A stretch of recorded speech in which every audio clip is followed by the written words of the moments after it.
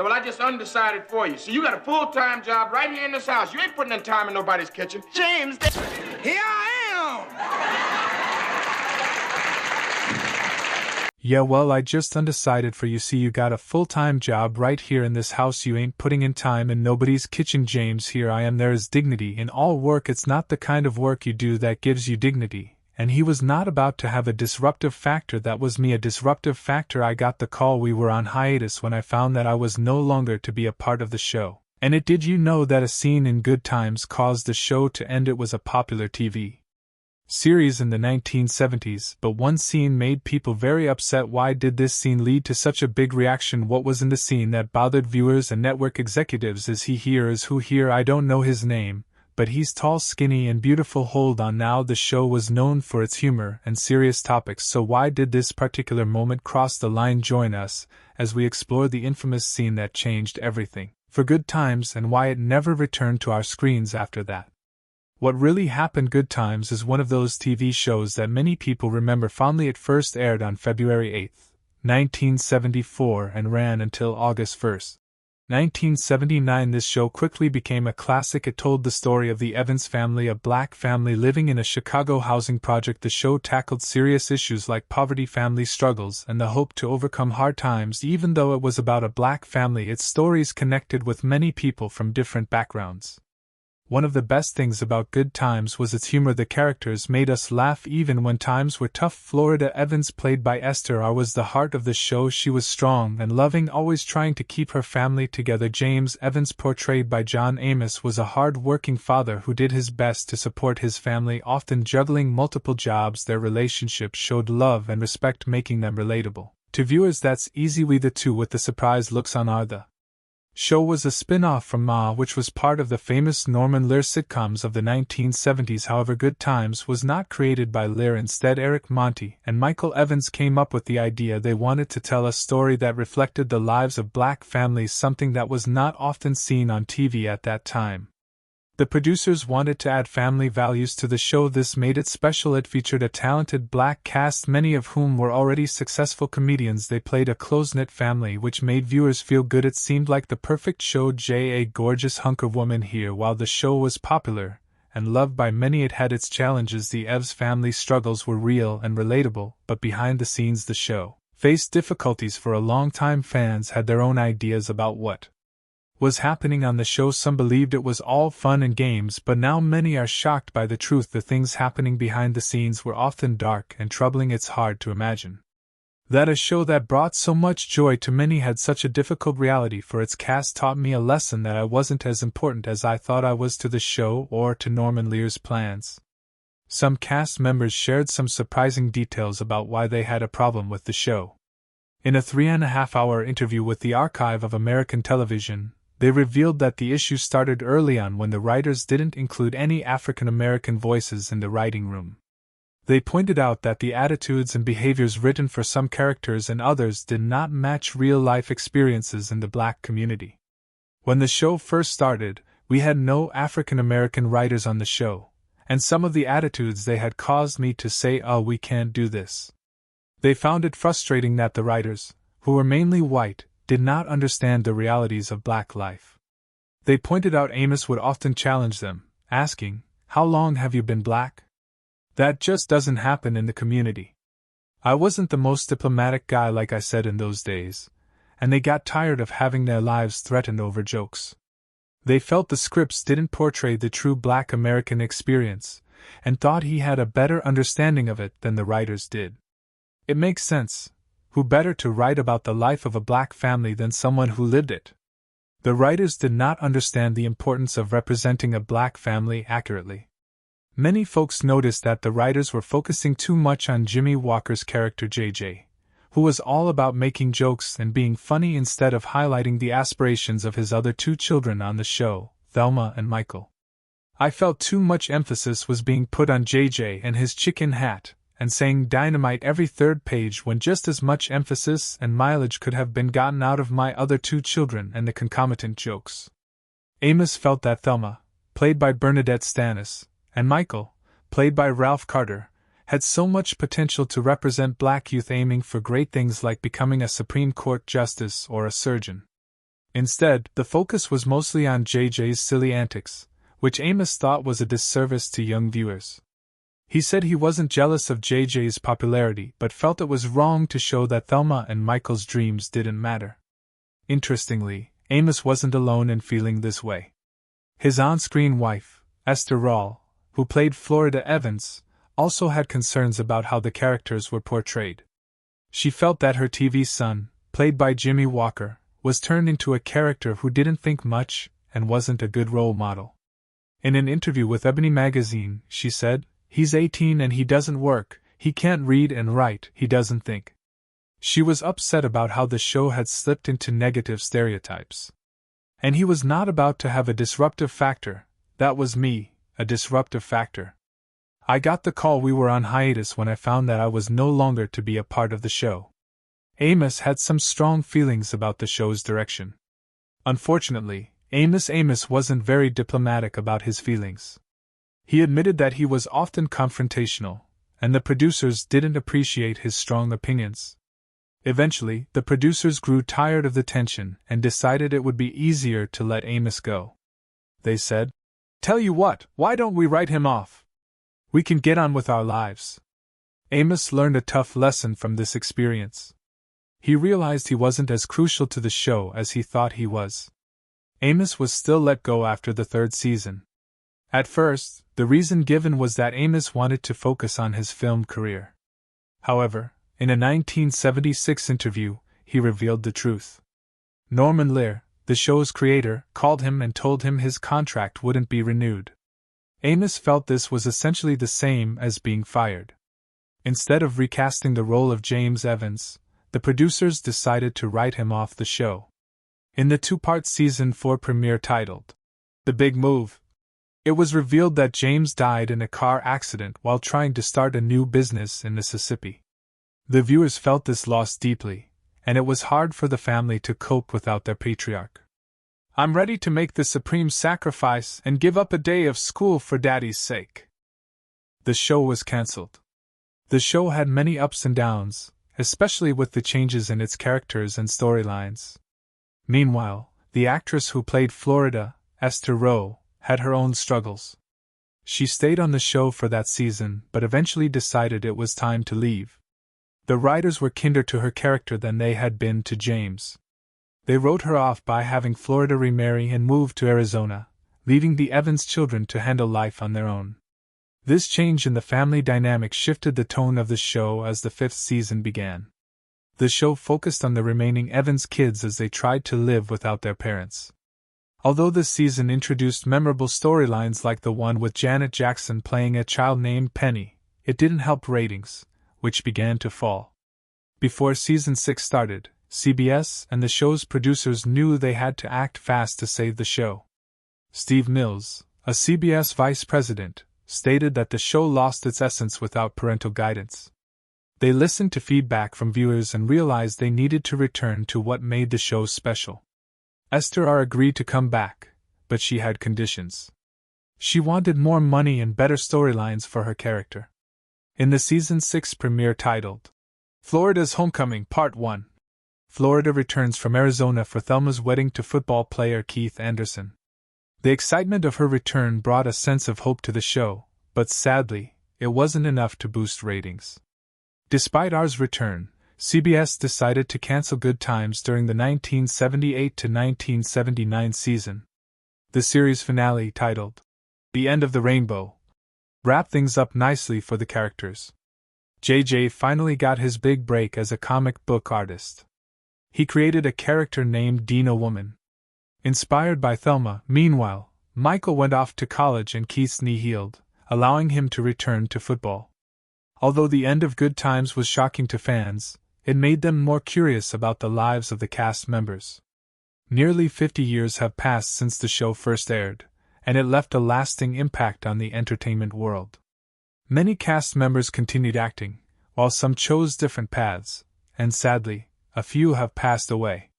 Let's talk about the lives of the well.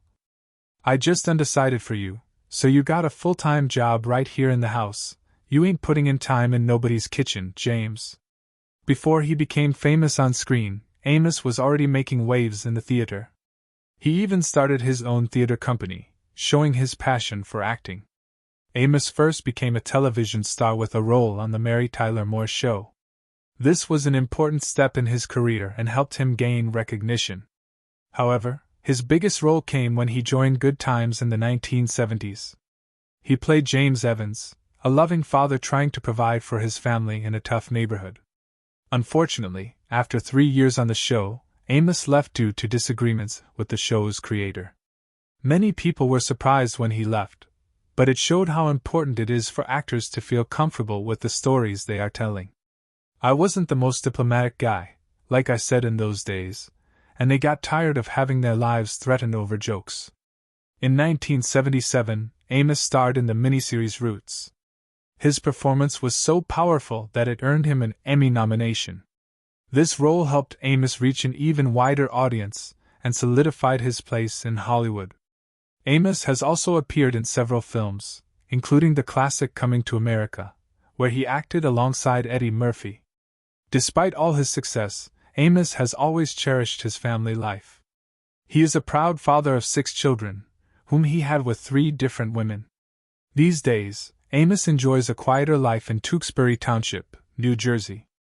Although he has been in the news for personal matters related to his family, he hasn't returned to acting recently. There is dignity in all work. It's not the kind of work you do that gives you dignity. Before this show, she was already a stage actress, but when she joined Ma, viewers fell in love with her character. They wanted to see more of her, and she quickly became a favorite. After Maude ended, Esther continued to act. She took on small roles in several movies, including Driving Miss Daisy and My Fellow Americans. Esther didn't stop there. She also had important roles in other TV shows. Her hard work paid off, and she won several awards during her career. One of her biggest achievements came in 1978 when she won an Emmy Award for Outstanding Supporting Actress in a limited series for her role in the television film Summer of My German Soldier. This was a proud moment for Esther and showed how talented she was, and the winner is Esther role of My German. Applause music. Soul. Esther was not just an actress, she was also a role model. She often spoke about the importance of family and community. She wanted to show strong, positive characters on screen, especially for African Americans. Esther's work paved the way for other actors and actresses to follow in her footsteps. Sadly, Esther passed away on November 17, 1998. She was 78 years old and had been dealing with diabetes. Esther left behind her divorced husband Oscar Robinson, whom she married in 1955 and separated from in 1975. They did not have any children together. Here I am. Jimmy Walker, best known for playing James J.J. Evans on the hit show Good Times, didn't always see Hollywood as his future. Walker took a different path. His first love was basketball, but that didn't work out as planned. After trying a few other jobs, he decided to give comedy a try. He started by performing as an opening act for a group called The Last Poets, and this is where his comedy career began. Walker landed his big break when he was cast as J.J., the oldest son on Good Times. Even though he was 27 years old, he played a much younger character, and his performance made him a household name during his time on the show. Walker also appeared in other TV shows and movies like Fantasy Island and Let's Do It Again. His catchphrase "Dynamite" became famous, and for a while he was one of the most recognized faces on television. After Good Times ended, Walker found it difficult to stay in the TV spotlight, but he had another talent to fall back on: stand-up comedy. Stand-up was something he had always done even before his time on TV. Today he still tours the country performing stand-up comedy about 25 to 30 weeks a year. Hey, how do you like this? What is it? Don't show your ignorance. This is Black Jesus. Ralph Carter became famous for playing Michael, the youngest son of the Evans family on the hit show Good Times. Back then Ralph was just a teenager. Ralph was not new to acting. When he joined Good Times at only 9 years old, he made his Broadway debut in the musical The Me Nobody Knows. This early start helped him grow as an actor, which he showcased on the show. While he was on Good Times, Ralph also found a passion for music. In 1975 he released an album called When You're Young and in Love and even appeared on the famous show Soul Train to promote it. However, after this busy time he took a long break from the spotlight. In 2016 Ralph joined his former co-stars John Amos, Bernadette Stanis, and Jimmy Walker to celebrate the show's success. After 40 years they did several interviews, including appearances on Extra TV and The Steve Harvey Show. Today Ralph is the vice president of AUDALO, which stands for the Audience Development Committee Inc. This organization honors black theater in the tri-state area. Ralph believes it's vital to support local and black theater, not just for the actors but for everyone involved in putting on a show each year. AUDALO hosts the Viv Awards to recognize the hard work of many people in theater. They also provide seminars, lectures, and other activities for young people interested in the arts. 6'2", shoulders out to he and a smile, Jan Du Bois was a talented performer known for her many skills. She was not just an actress but also a dancer, singer, and songwriter. Most people remember her for playing Juana Woods, the friendly neighbor of the Evans family in the famous TV show. Her journey to fame started on the stage. She began her acting career in theater, where she learned a lot about performing. After gaining experience on stage, she moved to television. One of her first roles was in the soap opera Love of Life, where she became a series regular. This helped her gain more attention and recognition in the entertainment world. In 1969, Du Bois received a Peabody Award for her performance in the CBS film J.T. This was a significant achievement, and made her name known to many. She continued to work in both movies and television, appearing in films like I'm Gonna Get You Sucker and Charlie's Angels, Full Throttle. Du Bois was also honored with 2 Emmy Awards for her fantastic voiceover work, showcasing her talent beyond acting. Apart from her successful career, Du Bois had a big heart and wanted to help others. She founded the Pan-African Film and Arts Festival, which celebrated and promoted talents from people of African descent. This festival was important because it provided a platform for many artists to share their work. Du Bois also created a project for young people through the Du Bois Care Foundation. This project aimed to empower and support youth in their creative endeavors, showing her commitment to giving back to the community. Du Bois faced many challenges in her life just like everyone else. Despite her success, she had to deal with difficult times, including personal losses. She passed away on February 17, 2020, due to cardiac arrest. Her death was a shock to many, and fans around the world mourned the loss of such a talented and loving person. People remember Janet Du Bois not just for her acting but also for her contributions to the arts and her dedication to helping others. She inspired many with her work and her passion for supporting the next generation of artists. Her legacy continues to live on through the many lives she touched and the projects she started. Janet Jackson joined the cast in the 5th season, playing a girl named Penny. Penny had a tough life. In one shocking scene, her mother came at her with a hot iron while Penny begged her not to get hurt. It was a powerful moment that showed the struggles Penny faced. On Good Times, Penny found a loving home with her neighbor Juana Woods. She also developed a sweet crush on Thelma's brother, J.J. The time Janet was known as the little sister of Michael Jackson and his famous brothers, the Jackson 5 were already popular, making hits since 1969. Janet was not just a star on Good Times, she went on to act in other shows like Different Strokes and Fame. However, her music career has really taken off in recent years. She even went on a tour called Together Again earlier this year, which fans loved. Janet Jackson's journey in the entertainment world shows how talented she is. She's been in the spotlight for a long time, and her music and acting have touched many hearts. Just like her co-stars from Good Times, Janet has made a lasting impact in the industry. Fans still talk about Janet and her work, keeping her legacy alive. She is a shining example of how hard work and talent can lead to success. Janet Jackson is not just a name from the past, she is a star who continues to inspire many today. Whether through her acting or her music, she will always be remembered as an unforgettable artist. And let's not forget about Bernadette Stanis, best known for her role as Thelma Anderson on the show. This show was a big deal in the 1970s and helped launch her acting career. Stanis brought charm and grace to her character, winning the hearts of many viewers. Even though she became famous, acting was not the only thing she focused on in her life. When Bernadette Stanis was just 18 years old, she auditioned for Good Times. It was a huge moment for her, and she has shared the story of how she got the role many times. Her mother played a big part in her success. Stannis was preparing for a pageant but was very nervous about performing. She even tried to fake an asthma attack to avoid going on stage, but her mother wouldn't let her back out. She pushed Stannis to follow her dreams, and that encouragement helped her land the role of Thelma. After Good Times ended, Stannis continued to act. She appeared in several movies and plays over the years. One of her recent roles was in 36-Hour Layover, a film released in 2016. Many believe this was her last on-screen performance, but she didn't stop being creative. She turned her focus to writing and published 5 books.